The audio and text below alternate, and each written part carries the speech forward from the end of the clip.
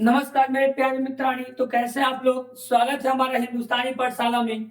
बाबू, जैसा कि आप लोग देख रहे हैं, कल की वीडियो मैंने बताया था बाबू, हिंदी कहानी के चैप्टर 1 20 के दांत हमने पढ़ाया था, जिसमें आपको 1 से लेकर 30 तक एमसीक्यू क्वेश्चन करवाया था, है ना। चलिए हम लोग आज इसी हिंदी बुक के चैप्टर 2 यानी कि चैप्टर 2 में 20 के दांत हैं, उनका मैं आप लोग को आज ट्यूशन से करवा रहा हूँ। ठीक है, तो आप लोग ध्यान से देखिए। जो भी बच्चे इस पे नए हैं तो जाकर जल्दी से शेयर करिए। शेयर करके जितने भी ग्रुप है ग्रुप में शेयर कर दें, और भाई बहन जितने चैनल पढ़ने वाले हैं सारे के प्रति जाना चाहिए, सबके प्रति, है ना, ताकि वो अच्छे से अच्छे जो है अपना नंबर अंक ला सके, है ना। चलिए आप लोग देख सकते नहीं है, आज दूसरा क्लास है ना, तो आज देर नहीं करते हैं। ठीक है, जल्दी चलते हैं। आप लोग को सेकेंड आप दिख रहा होगा आप लोग बोर्ड पे चैप्टर आप लोग को 2 आज पढ़ाने वाले हैं। चलिए स्टार्ट करते हैं, है ना।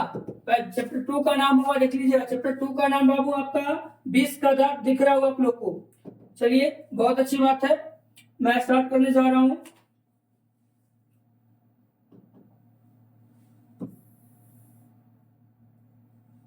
चलिए चैप्टर आप लोग का 2 है, आप लोग को दिख रहा होगा। चैप्टर 2 में बाबू आप लोग को दिख रहा होगा, चैप्टर 2 का नाम है 20 के दांत। क्या नाम बाबू? 20 के दांत। चलिए जैसा कि आप लोग देख रहे हो, पहला क्वेश्चन दिया हुआ हमारा, 20 के दांत शीर्षक कहानी के कहानीकार कौन है? कहानीकार कौन है, लेखक कौन है? आप लोग को कल की वीडियो मैंने बताया था बाबू, जब पढ़ाया था तब तो कि इनके लेखक, उनके नाम, उनका जन्म, उनका मृत्यु, सारी वीडियो आप लोग को मैंने पिछले वीडियो में पढ़ा चुका हूं। जो बच्चे नहीं देखे अब तक वो जल्द से जल्द जाकर वीडियो को देख लें, ताकि ये क्वेश्चन को आपका आंसर देने में बहुत आसानी हो। चलिए सबसे पहले कहा क्वेश्चन कि 20 के दांत शीर्षक कहानी के कहानीकार, या बोल सकते हैं लेखक। ठीक है, कहानीकार बोले लेखक कौन है? देखिए आप लोग का ऑप्शन ए में तेरा मोहन राकेश, बी में आपका ऑप्शन है कमलेश्वर, सी में आपका ऑप्शन है प्रेमचंद, और डी में नलिन विलोचन शर्मा। जल्दी जल्दी आप लोग कमेंट कीजिए, क्योंकि ये आपको पढ़ाया हो बाबू, पिछले मैंने वीडियो में पढ़ा दिया था, इसलिए आप लोग को ये ट्यूशन पूरा जाना पहचाना लग रहा होगा। देखे होंगे आप लोग, है ना। तो आप लोग इसका आंसर जान रहे, जल्दी से कमेंट कीजिएगा।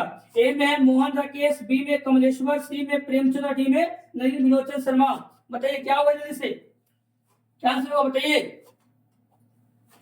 ए भी नहीं होगा बाबू, कहा कि मोहन राकेश शर्मा इनका नहीं लेखक है, बी में कमलेश्वर जी भी नहीं है, सी में प्रेमचंद भी नहीं है, डी में आपका राइट आंसर होगा आपका चैप्टर 2 के पहला क्वेश्चन का 20 के दांत है, जो शीर्षक कहानी के लेखक कहानीकार हैं वो नलिन विलोचन शर्मा जी है। मैंने आपको पढ़ाया था पिछले वीडियो में, याद कीजिए। कुछ क्वेश्चन मिल रही है क्या? मिल रही है ना। चलिए आगे देखिए, चैप्टर 2 क्वेश्चन 2 देखिए। क्वेश्चन 2 में क्या रहा हुआ आपका, क्वेश्चन 2 में कह रहा है, क्वेश्चन 2 में कह रहा है आपका, देखिए क्वेश्चन क्या लिखा हुआ है। क्वेश्चन लिखा हुआ है कि गिरधर लाल कौन है? चलिए पहला ए ऑप्शन है कासू का पिता है, बी में कह रहे मदन का पिता है, सी में कह रहे रजनी का पिता है, या डी में शेफाली का पिता है। बताइए जल्दी सर क्या होगा इसका राइट आंसर क्या होगा? ए में कासू का पिता, गिरधर लाल कौन है? कासू का पिता, मदन का पिता, रजनी का पिता, शेफाली का पिता, कौन है? जल्दी से कमेंट कीजिए। ए बी सी डी कौन से, जल्दी बताइए। गिरधर कासू के पिता नहीं थे बाबू, है ना, रजनी का भी पिता नहीं थे, शेफाली का भी पिता नहीं थे, ये मदन का पिता थे। कौन? गिरधर लाल। मदन का पिता कौन थे? गिरधर लाल, यानी गिरधर लाल का जो पुत्र था वो मदन था। ठीक है, तो इसका राइट आंसर क्या होगा? बी। यहाँ तक कोई दिक्कत? नेक्स्ट देखिए, नेक्स्ट क्वेश्चन क्या रहा है, देखिए बाबू, नेक्स्ट थर्ड क्वेश्चन क्या रहा है, क्या थर्ड क्वेश्चन क्या रहा है कि मदन ने कासू के कितने दांत तोड़े? जब मदन था बाबू और कासू जो था, तो वो दोनों जब झगड़ा हुआ तो मदन ने जो कासू के कितने दांत तोड़े? देखिए आपको ऑप्शन दिया हुआ है, ए में दिया हुआ है 3 ऑप्शन, है ना, बी में दिया 1, सी में दिया 2, और डी में आपका 4। बताइए कितने दांत तोड़े थे? आप लोग हिंदी बुक में पढ़े होंगे, सारा लिखा हुआ है A B C D. Option बताइए क्या होगा? 3 होगा, 1 होगा, 2 होगा, 4 होगा? बताइए जल्दी से। इसका हुआ आपका राइट आंसर हो जाएगा 2। कितने होंगे? 2। हाँ जी, मदन ने कासू के 2 दांत तोड़े थे। याद रखना है, मदन ने कासू के कितने दांत तोड़े थे? 2 दांत तोड़े थे। यहाँ तक कोई दिक्कत? इसका राइट आंसर क्या होगा? सी होगा। क्या होगा बाबू? सी होगा। यहाँ तक कोई दिक्कत? नहीं ना, आगे चले, चलिए सी, आगे देखिए चौथा क्वेश्चन का है, देखिए चौथा का हुआ कि नलीन बिलोचन शर्मा के माता जी का क्या नाम था। नलीन बिलोचन शर्मा के माता जी का क्या नाम था। ए में करा पद्मावती शर्मा, बी में करा कलावती शर्मा, सी में करा रत्नावती शर्मा, या डी में करा इंद्रावती शर्मा। क्या होगा, जल्दी से कमेंट में कीजिए आंसर क्या होगा इसका। नलीन बिलोचन शर्मा के माता जी का क्या नाम है, बताइए आप लोग जल्दी से। ए में करा पद्मावती शर्मा, बी में करा कलावती शर्मा, सी में करा रत्नावती शर्मा और डी में इंद्रावती शर्मा। बताइए जल्दी से कौन होगा, ए बी सी डी कौन आपका। ए होगा पद्मावती शर्मा भी नहीं होगा, कलावती शर्मा भी नहीं होगी, है ना, इंद्रावती भी नहीं होगी। आपका राइट आंसर होगा सी, आपका सी होगा राइट आंसर। देखिए रत्नावती शर्मा नाम था, नलीन बिलोचन शर्मा के माता जी का नाम था रत्नावती शर्मा। यहाँ तो कोई दिक्कत, बताइए आप लोग, दिक्कत है बाबू, आगे चले। चलिए नेक्स्ट क्वेश्चन नंबर आपका 5 देखिए। 5 में क्या, ध्यान से क्या 5 में क्या कर रहा है, करा कि नलीन बिलोचन शर्मा के कहानियों में किसके तत्व समग्रता से उभर कर आए। मतलब नलीन बिलोचन शर्मा जो है वो हमारे विश्व के दांत का कहानीकार के लेखक है ना बाबू। तो जो कहानियों में किसके समग्रता अर्थात मतलब संपूर्णतया संपूर्ण रूप से उभर कर आया। ए में आपको ऑप्शन कह रहा है राजनीतिकता से, बी में कह रहा है मनोवैज्ञानिकता से, सी में कह रहा है सामाजिकता से, या डी में कह रहा है से सभी। किससे आया बताइए आप लोग, ए बी सी डी, है ना, बताइए कैसा है। ए बी सी डी क्या आंसर होगा, ए होगा, बी होगा, सी होगा, डी होगा। क्या होगा बाबू, राजनीतिकता का, मनोवैज्ञानिकता का, सामाजिकता का, या इनमें से कोई नहीं। जल्दी से कमेंट कीजिए आप लोग जी। इसका राइट आंसर हुआ आप लोग को हो जाएगा बी। क्या होगा, बी होगा। आपका राजनीति का कथा भी नहीं होगा, अब समाजकता भी नहीं होगा, इनमें से सभी नहीं, ये आपका केवल और केवल बी होगा, मनोवैज्ञानिकता से, है ना। मनोवैज्ञानिकता से ही जो है नलिन बिलोचन शर्मा जो है कहानी के जो समग्रता को पूर्ण रूप से उभर कर लाए थे, मनोवैज्ञानिकता से। ठीक है, यहाँ तो कोई दिक्कत, मनोवैज्ञानिकता से तो कोई दिक्कत। चलिए नेक्स्ट चलते हैं। नेक्स्ट क्वेश्चन क्या कर रहा है, छठा क्वेश्चन देखिएगा। करा बाबू यहाँ पर कि मोटर कार को, किसको, मोटर कार को किससे खतरा हो सकता था। मोटर कार को किससे खतरा हो सकता था, एक ड्राइवर से, बी को मदन से, सी को खोखा से, या इंजीनियर से। बताइए। जो देखिए शेर साहब जो लाए थे बुआ अपना काला गाड़ी लाए थे ना, है ना, तो उसको जो गाड़ी लाए थे 7,500 रुपया में, वो काला कलर का था। तो जो मोटर कार था नया वाला, जब नया नया चकाचक जो था, तो वो जो खतरा था गाड़ी का किससे, ड्राइवर से खतरा था, मदन से खतरा था, या खोखा से खतरा था, या इंजीनियर से, किससे बताइए आप लोग। कौन बदमाश था, किससे डर लगता था। आपका राइट आंसर क्या होगा, आपका राइट आंसर होगा बाबू खोखा से, है ना। क्या होगा, खोखा से आपका होगा राइट आंसर। चलिए इसका राइट आंसर सी मारी, सी होगा इसका राइट आंसर। मदन से भी नहीं, ड्राइवर से भी नहीं, इंजीनियर से भी नहीं, खोखा से बहुत डर लगता था, वही गाड़ी को फोड़ सकता था, बहुत बदमाश था, है ना। चलिए तो आपका राइट आंसर होगा सी, यहाँ तक कोई दिक्कत। नेक्स्ट क्वेश्चन, चलिए नेक्स्ट क्वेश्चन क्या है बाबू, सातवां क्वेश्चन। सातवां क्वेश्चन क्या कर रहा है, ध्यान से देखिएगा। सातवां कर रहे बाबू आपका, सातवां करा कि खोखा खोखी किस भाषा का शब्द है, बताइएगा। खोखा खोखी किस भाषा का शब्द है, तमिल का, भोजपुरी का, बंगला का, या हिंदी का। ए बी सी डी क्या होगा बताइए, कमेंट कीजिए। खोखा खोखी मतलब बच्चा बच्ची, है ना। ये शब्द है बाबू, वो किस भाषा का शब्द है, तमिल का शब्द है, भोजपुरी का शब्द है, बंगला का शब्द है, या हिंदी का। ए बी सी क्या होगा शब्द, इसका राइट आंसर क्या चाहिए, जल्दी से कमेंट कीजिए। ए बी सी डी क्या होगा, तमिल का, भोजपुरी का, बंगला का, या हिंदी का। चल देखिए इसका तमिल का नहीं होगा बाबू, भोजपुरी का भी नहीं होगा, हिंदी का भी नहीं होगा, ये बंगला है बाबू, है ना। खोखा खोखी जो शब्द है वो बंगला भाषा का है, ठीक है, यहाँ तो कोई दिक्कत। इसलिए राइट इसका आंसर होगा सी, सी इसका राइट आंसर होगा, यहाँ तो कोई दिक्कत। चले नेक्स्ट वीडियो में। चलिए नेक्स्ट क्वेश्चन देखिएगा, कह रहा है 8वां क्वेश्चन नंबर। कह रहा है क्या कि ऐसे ही लड़के आगे चलकर गुंडे चोर डाकू बनते हैं। ऐसे ही लड़के आगे चलकर गुंडे चोर डाकू बनते हैं। यह पंक्ति कहानी के किस पात्र ने कही है, बताइए यह जो कहानी है वो किस पात्र ने कही है?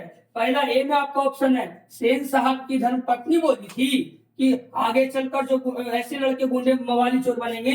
बी में करा गिरधरलाल बोला था। सी में सेन साहब बोले थे। या डी में सोफर बोला था? कौन बोला था बताइए। 8वां क्वेश्चन नंबर बताइए क्या होगा इसका जल्दी। क्या होगा? सेन साहब की धर्मपत्नी गिरधर या सेन साहब या सोफर कौन बोलता? जल्दी से कमेंट कीजिएगा। ए बी सी डी क्या होगा? चलिए बताइए जल्दी से कमेंट कीजिए आप लोग किसका राइट आंसर क्या होना चाहिए। क्या होना चाहिए right answer? A B C D. बहुत अच्छे बाबू, इसका राइट आंसर क्या होगा? सी होगा। हाँ सेन साहब होगा। इन्होंने ही बोला था कि ऐसे ऐसे ही लड़के जो है आगे चलकर गुंडे चोर डाकू बनते हैं, है ना। यह जो पंक्ति है हमारे सेन साहब द्वारा कथित गया था। सॉरी, ये सेन साहब ही इसको मतलब बताए थे कि आगे चलकर जो है गुंडे चोर डाकू मवाली से बनते हैं, है ना ऐसे लड़के। चलिए यहाँ तक कोई दिक्कत?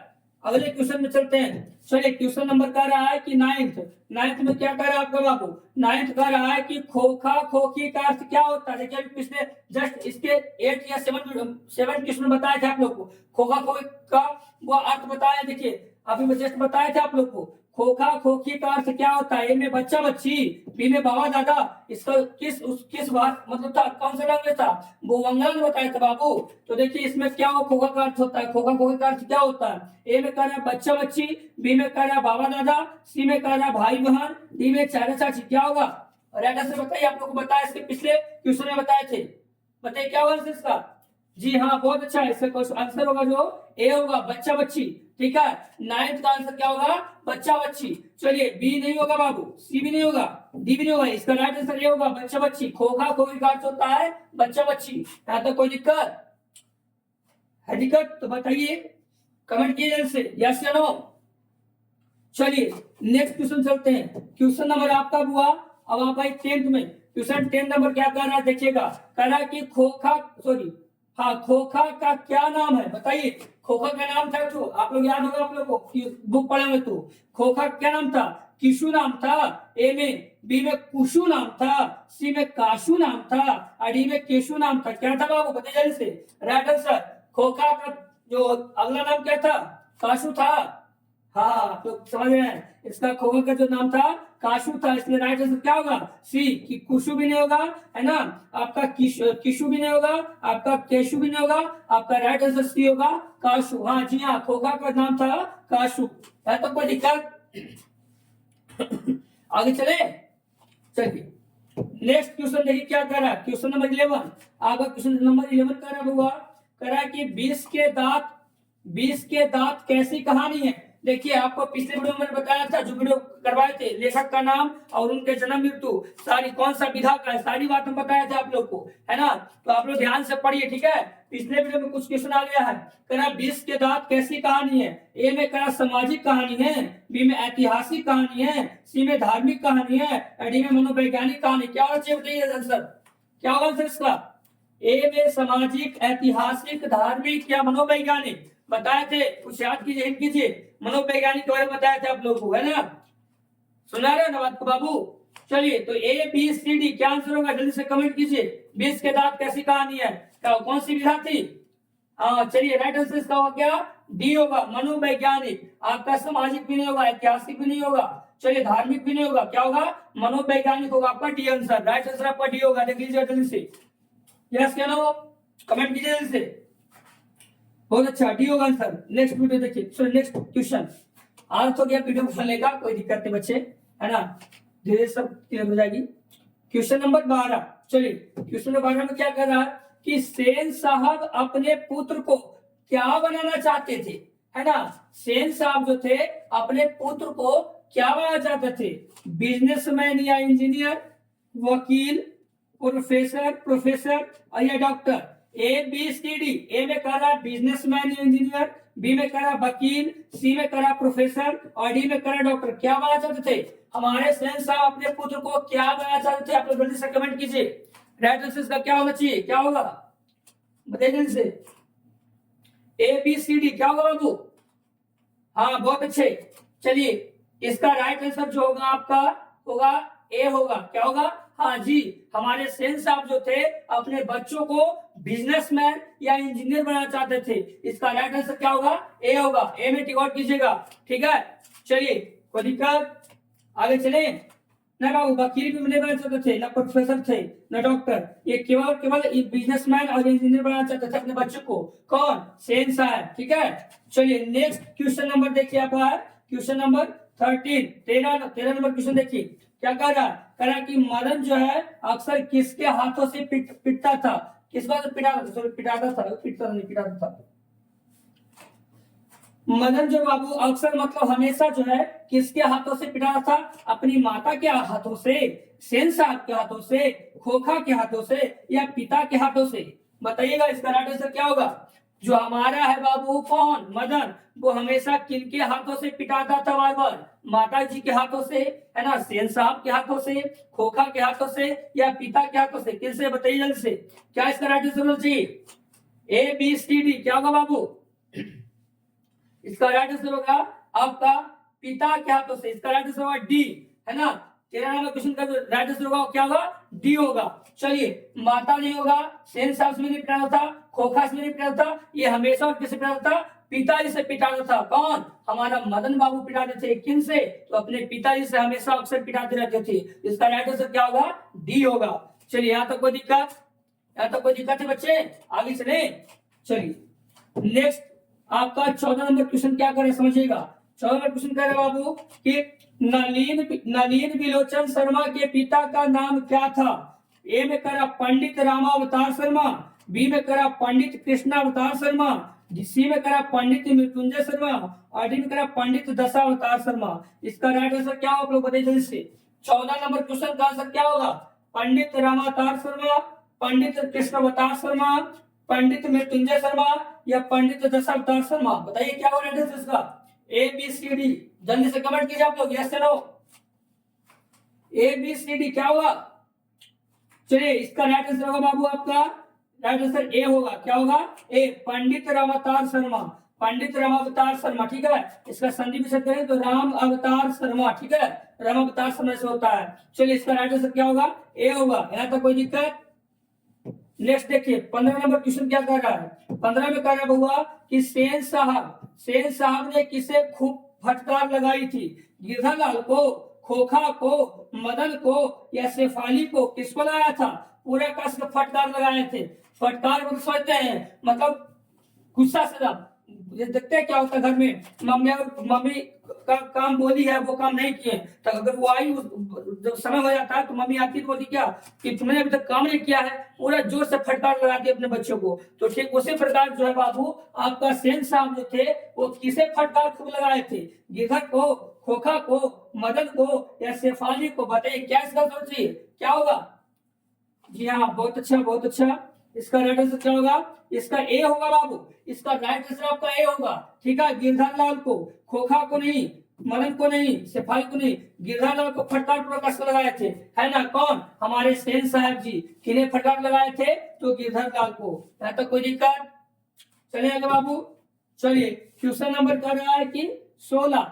देखिए 16 में क्या कर रहा है। 20 के दांत कहानी किस वर्ग के अंत विरोधों को उजागर करती है? बताइएगा। जो 20 के दांत कहानी है जो नलिन विलोचन शर्मा द्वारा लिखित है ना, वो कहानी जो है किस वर्ग के अंत विरोधों को उजागर करती है? ए में कह रहा है कि निम्न वर्ग का, बी में कह रहा है कि उच्च वर्ग का, सी में कह रहा है मध्यम वर्ग का, और डी में कह रहा है व्यापारी वर्ग का। बताइए जल्दी से कमेंट कीजिए। आपका बुक में सारा कुछ दिया हुआ है, वहां पे पढ़िएगा एक बार। आप तुम बुक को क्या की घर में पढ़ लिए बढ़िया से, है ना, और ताकि आपको, क्योंकि बुक से एमसीक्यू क्वेश्चन रहता है, ऑब्जेक्टिव क्वेश्चन रहता है, कराया जाता है। आपको सारा बुक का ही क्वेश्चन दिया हुआ है, कभी आप देखिए जाकर बुक को, है ना।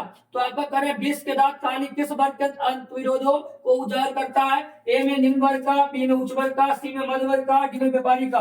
किसका करता है? A B C D. क्या होगा आंसर जल्दी बताइए, कमेंट कीजिए जल्दी से। क्या हो जाए इसका answer? A B C D. बहुत अच्छा बाबू, इसका होगा आंसर बी हो, सी होगा, है ना। निम्न वर्ग का भी नहीं है, उच्च वर्ग का ज्यादा भी नहीं है, व्यापारी वर्ग का नहीं, ये मीडियम साइज, मीडियम वर्ग मतलब मध्यम वर्ग का है ना, इसलिए इसका राइट आंसर होगा मध्यम वर्ग। क्या होगा बाबू? इसका राइट आंसर क्या होगा? मध्यम वर्ग होगा। बहुत अच्छा। चलिए इसका राइट आंसर सी होना चाहिए। नेक्स्ट क्वेश्चन 17वां क्वेश्चन देखिए क्या कर रहा है। कह रहा बाबू 17 में काशू मदन के साथ किस खेल में शारिक होना चाहता था। फुटबॉल में खेल में, हॉकी खेल में, मतलब शायद के साथ शामिल होना चाहता था। ठीक है, काशू जो था मदन के साथ किस खेल में शामिल होना चाहता था। फुटबॉल के खेल में, हॉकी के खेल में, बैडमिंटन के खेल में या लट्टू के खेल में। आप लोग पढ़े होंगे ABCD क्या होगा आंसर इसका प्रेजेंट से। जो भी आंसर जान रहे बच्चे, हमारे प्यारे बच्चे, जल्दी से कमेंट कीजिएगा इसका राइट आंसर क्या होना चाहिए बताइए आप लोग, ताकि आप लोग को गर्व हो कि हम जो पढ़ रहे हैं मेरा क्वेश्चन वैसा ही आ रहा है। हालांकि एग्जाम बोर्ड में हुआ ऐसे इसी तरह से क्वेश्चन पूछा जाएगा हिंदी के बुक में। ठीक है, हिंदी के बुक से तो आप लोग ध्यान पूर्वक पढ़े है ना, और अच्छा से अच्छा नंबर लाए। आप लोग को देखिए क्वेश्चन दिख रहा होगा कि काशू जो था मदन के साथ खेलने के लिए किस खेल में शामिल होना चाहता था। फुटबॉल के खेल में, हॉकी के खेल में, बैडमिंटन खेल में या लट्टू खेल में। बट इसका राइट आंसर क्या होगा। जी हाँ, इसका राइट आंसर होगा लट्टू के खेल में। ना तो फुटबॉल खेलता था, ना हॉकी, ना बैडमिंटन। ये हॉकी नहीं, ये लट्टू का खेल में बहुत शामिल होना चाह रहा था काशू जो मदन के साथ। कोई दिक्कत है। आगे चले, अगला क्वेश्चन चले बाबू बताइए। चलिए नेक्स्ट क्वेश्चन कर रहा है क्या देखिए 18 क्वेश्चन कर रहा है कि सेन साहब किसके व्यंग से ऐठ कर रह गए, है ना। कौन ऐसा कौन बोल दिया जो है सेन साहब उसके व्यंग से ऐठ कर रह गए। ए में कर है पत्रकार महोदय के व्यंग से, है ना, मुखर्जी साहब के व्यंग से, सिंह साहब के व्यंग से या गिरधर लाल के व्यंग से। इसका राइट आंसर क्या होगा बताइए से क्या होगा। इसका राइट आंसर होगा बाबू आपका, है ना, बताइए से क्या होगा। इसका राइट आंसर ए होगा बाबू। जी हाँ, पत्रकार महोदय के व्यंग से जो है वो ऐड कर रह गए। कौन, हमारे सेन साहब जी। चलिए कोई दिक्कत, आगे चले। राइट आंसर का वो ये होगा, हाँ 18 का ये होगा। चलिए नेक्स्ट क्वेश्चन देखिए क्या कर रहा है। कर रहा है क्वेश्चन नंबर 19, है ना। कर रहा मदन की उम्र क्या थी। 5-6 साल, 7-8 साल, 3-4 साल व 9-10 साल। क्या था मदन का उम्र कितना था, जल्दी से कमेंट कीजिए आप लोग बाबू। ABCD क्या होगा। चलिए हाँ, आप लोग सही बता रहे हैं, मदन का जो है उम्र था 5-6 साल था। ठीक है, इसका राइट आंसर ये होगा। तो कोई दिक्कत नहीं। अगला क्वेश्चन देखिए क्वेश्चन नंबर 20। कहा कि मदन किसका पुत्र था। सेन साहब का, गिरधर का, सोफर का, सिंह साहब का। किसका पुत्र था बताइए। क्वेश्चन नंबर 20 का नाम हुआ कि सेन साहब का जो पुत्र था मदन था वो गिरधर का था या सोफर का था, सिंह साहब का, किसका था। राइट आंसर क्या होगा जल्दी बताइए आप लोग, कमेंट कीजिए। ABCD क्या होगा। मदन किसका पुत्र था, कमेंट कीजिए जल्दी से। सेन साहब, गिरधर, सोफर या सिंह साहब, क्या होगा। राइट आंसर क्या होगा बाबू। जी हाँ, बहुत अच्छे बच्चे। इसका गिरधर का पुत्र कौन था, मदन। सॉरी, गिरधर जो थे पिताजी थे, गिरधर का पुत्र कौन था, मदन जो है गिरधर का पुत्र था। ठीक है, मदन किसका पुत्र था, गिरधर का। राइट आंसर क्या होगा इसका, बी होगा। राइट आंसर क्या होगा, बी। आप लोग को देखिए जितना से जितना आप लोग ध्यान देकर पढ़िए बाबू, एग्जाम में बताया ना कि एक भी क्वेश्चन नहीं छूटेगा, मेरा वादा रहा। ठीक है, आप लोग ध्यान पूर्वक से वीडियो कल देखिए, और जो भी बच्चे आपके नए दोस्त हैं, भाई है, संग साथी है, सभी को पास ये वीडियो को भेजिए। देखिए बोलिए ये आपका ना बाबू, आपको बता दी थी पिछले वीडियो में आप लोग कि आपको मात्र 40 दिन में वो आप पूरे आपको ऑल सब्जेक्ट की बात की है, और मात्र 40 दिन आप लोग को ऑल सब्जेक्ट समाप्त करने की गारंटी है, और वो भी आपको पूरे आपका नंबर जो आपके मुट्ठी में होगा। ठीक है, तो आप लोग टेंशन मत लीजिए, आपके साथ हम हैं। ठीक है, चलिए आप दिल थाम के बैठिए, आप लोग बस आराम से आप जितना जितना वीडियो को देखिए पढ़िए, है ना। चलिए कह रहा है कि मदन किसका पुत्र था, तो गिरधर का। चलिए राइट आंसर का बी होगा, यहाँ तो कोई दिक्कत। आगे देखिए क्वेश्चन नंबर 21 क्या कह रहा है। कह रहा बाबू कि नलिन विलोचन शर्मा पटना विश्वविद्यालय के हिंदी विभाग के अध्यक्ष कब बने थे। सन 1958 ईस्वी में, सन 1957 ईस्वी में, सन 1963 ईस्वी में, सन 1959 ईस्वी में। कंफ्यूज होता है 69, 89 में कंफ्यूज हो जाता है, हालांकि कोई होना नहीं चाहिए। तो सन 1969 ईस्वी में बताइए किसमें होगा। सॉरी 59 ईस्वी में बताइए किसमें होगा। ABCD क्या होगा बाबू। राइट आंसर क्या होगा, राइट आंसर बताइए जल्द से। इसका राइट आंसर यही होगा जिसमें आपको गड़बड़ा रहे हैं, है ना, उसको 69 में 59 बोल रहा है ना, ये 59 होगा, ठीक है, 69 नहीं होगा। तो सन 1959 ईस्वी में आपका जो है नलिन विलोचन शर्मा पटना विश्वविद्यालय के हिंदी विभाग के अध्यक्ष बने थे। कब? तो सन 1959 ईस्वी में। इसका राइट आंसर इसका डी होगा। कोई दिक्कत? आगे चले। बहुत अच्छा बाबू, ऐसे आप लोग बने रही। चलिए आप लोग का 22वां नंबर क्वेश्चन कर रहा है। क्या कर रहा है? नलिन विलोचन शर्मा का जन्म कब हुआ? देखिए आपका क्वेश्चन प्राय हुआ ये, आपको जल्दी से कमेंट कीजिए। आप लोग जिनको जो हमारे पिछले वीडियो देखे वो उनको पता होगा कि नलिन विलोचन शर्मा का जन्म कब हुआ था, मृत्यु को सारा बात बताए हुए हमें। चलिए बताइए। ए में करा 14 जनवरी 1915 को, बी में करा 18 फरवरी 1916 को, सी में करा 22 मार्च 1917 को, डी में करा 24 अप्रैल 1918 को। किसमें होगा बताइए जल्दी से। ए बी सी डी, जल्दी से राइट से आप लोग बताइए क्या होगा। ए बी सी डी क्या होना चाहिए बताइए जल्दी से। जी हाँ, इसका राइट आंसर आप लोगों को क्या होगा बताइए जल्दी बुआ। 14 जनवरी 1915, 18 फरवरी 1916, 22 मार्च 1917, 24 अप्रैल 1918। 22 का क्या होगा जल्दी से बताइए आप लोग, कमेंट कीजिए जल्दी से। हाँ जी, बहुत अच्छे बच्चे। 22 का बी होगा। 18 फरवरी 1916 ईस्वी को किनका जन्म हुआ था? नलिन विलोचन शर्मा का। कोई दिक्कत? चले नहीं, नेक्स्ट वीडियो चलते हैं बाबू, सॉरी नेक्स्ट क्वेश्चन चलते हैं। आइए क्वेश्चन नंबर 23 में आपका क्या कर रहा है बच्चा। अब देखिए करा कि नलिन विलोचन शर्मा की मृत्यु कब हुई थी। देखिए जन्म पहले पूछा, मृत्यु पूछा, सारी बात बता दी आप लोग को पिछले वीडियो में। ध्यान से देखिए, नलिन विलोचन शर्मा की मृत्यु कब हुई। ए में कह रहा 12 सितंबर 1961 को, 14 सितंबर 1961 को, 16 सितंबर 1961 को, या डी में 18 सितंबर 1961 को। क्या आंसर होगा बताइए। टेस्ट का ए बी सी डी क्या होगा बाबू बताइए जल्दी से। जी हाँ, 12 सितंबर 1961 को। इसका राइट आंसर ए होगा। चलिए नेक्स्ट वीडियो देखिए। 24 का राइट क्या? नलिन विलोचन शर्मा का जन्म कहाँ हुआ? गांधी घाट पटना में, कृष्ण घाट पटना में, बदर घाट पटना में, या रानी घाट पटना में। ए बी सी डी क्या होगा बताइए से। जी हाँ, पढ़ाए थे हम लोग बाबू, पिछले क्लास में पढ़ाए थे बेटा, है ना। देखिए आप लोग बताइए जल्दी से। ए बी सी क्या होगा? इसका राइट आंसर सी होगा, बदर घाट पटना। इसका राइट आंसर सी होगा, बदर घाट पटना। चलिए 25 नंबर क्वेश्चन देखिए आप लोग। तो देखिए पहले क्या करा दृष्टिकोण किनकी रचना है? राम अवतार शर्मा का, नलिन विलोचन शर्मा का, मोहन राकेश का, या प्रेमचंद का। बताइए दृष्टिकोण किनकी रचना है। ए बी सी डी में क्या होगा बताइए से, आंसर को बताइएगा। ए बी सी डी क्या होगा? 25 का बताइए ए बी सी डी क्या होगा बाबू। एक मिनट। चलिए हाँ, 25 का बताइए क्या होगा अपना आंसर, जल्दी से बताइए, कमेंट कीजिएगा। ए बी सी क्या होगा? अरे हम इनके बारे में कहानी पढ़ रहे हैं, बिस्केदार, इनमें ही होगा बाबू नलिन विलोचन शर्मा का। इसका राइट आंसर बी होगा। ठीक है, दृष्टिकोण से जो है रचना किनका है? नलिन विलोचन शर्मा का है। चलिए 26 नंबर क्वेश्चन देखिए क्या कर रहा है।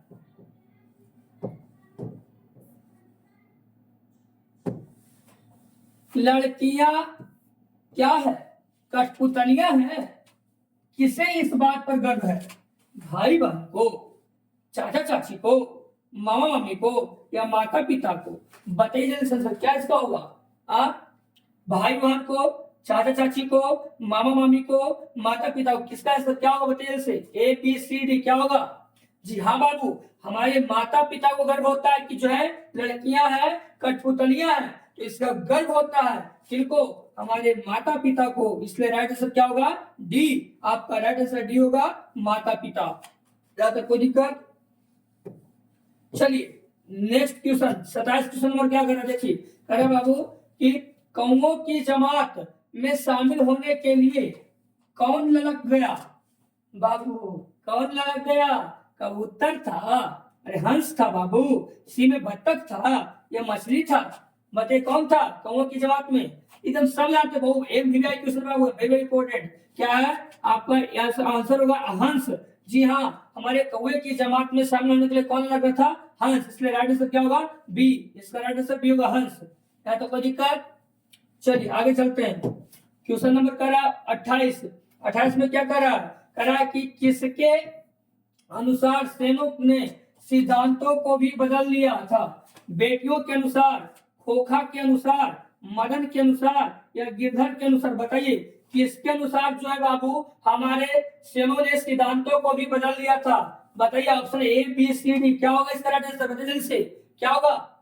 जी हाँ, खोखा बहुत बदमाश था बच्चा, वो इतना शरारत था कि क्या बताएं, उनका जीवन इस तरह से बदल गया, जो काम किया था वो, है ना, बहुत बदमाश था। लेकिन लास्ट में देखते हैं कि किसी को अगर अच्छा से समझाया तो समझने लायक हो जाता, समझ जाता।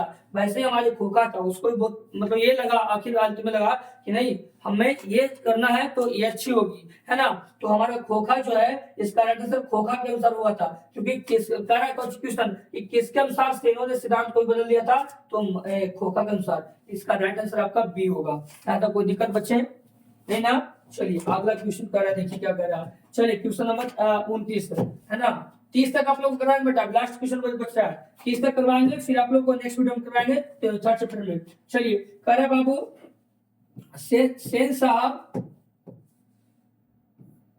सेन साहब की कितनी लड़कियां थी? अरे ये तो आपको तो ऐसी बनेगा, एक 3 थी, 6 थी, 5 थी, 4 थी, 5 पर 1 था बाबू, याद रखिए 5 पर 1 6 में से घटे कितना बचेगा? 5, एक बेटा और 5 बेटियां। चलिए इसका राइट आंसर क्या होगा? सी होगा, 5 वो था। सेन साहब की कितनी लड़कियां थी? 5, याद रखना, सेन साहब की कितनी लड़कियां थी?